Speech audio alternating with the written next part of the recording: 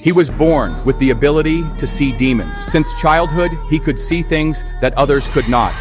But his parents did not believe him. They sent him to a mental hospital. He attempted suicide, which is considered an unforgivable sin in Catholic doctrine. As a result, he was condemned to hell. Although he woke up in the real world 2 minutes later, those 2 minutes were like a lifetime in hell for him. The experience changed him. John vowed he would never return to that place. Since then, he has worked tirelessly as an exorcist for the church, hoping that his service would earn him God's forgiveness for the act of suicide. He had lung cancer and knew that he would not live long. One day, something strange happened. A crab suddenly crawled across his hand. Hey buddy, got a light?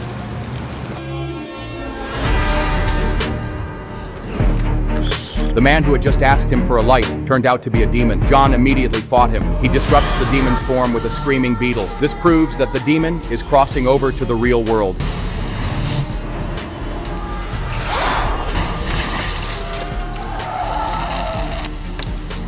Back home, John vents his frustration to God. Then, there's a knock on the door. A woman stands outside with a badge in her hand. She asks him for help. John reluctantly lets her in. Her name is Angela. She explains that her twin sister, Isabel, a devout Catholic, recently committed suicide. Angela can't accept this fact. It's impossible for a devout Catholic to commit suicide, but the surveillance video from that night captures some creepy scenes. Isabel shouts out a name she never knew John before jumping. Angela wants answers. She needs John to find out the truth, but John no longer wants to be an exorcist for the church. Then, things change. The holy water jar in his room begins to shake. Outside the window, a dark shadow flies by. John knew this was no coincidence. He rushed out the door and caught up with Angela.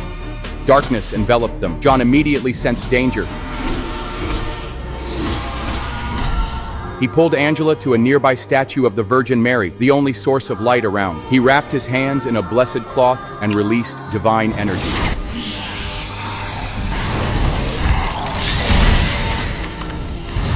The demons fled. The streets returned to calm, but the air was still filled with the stench of sulfur.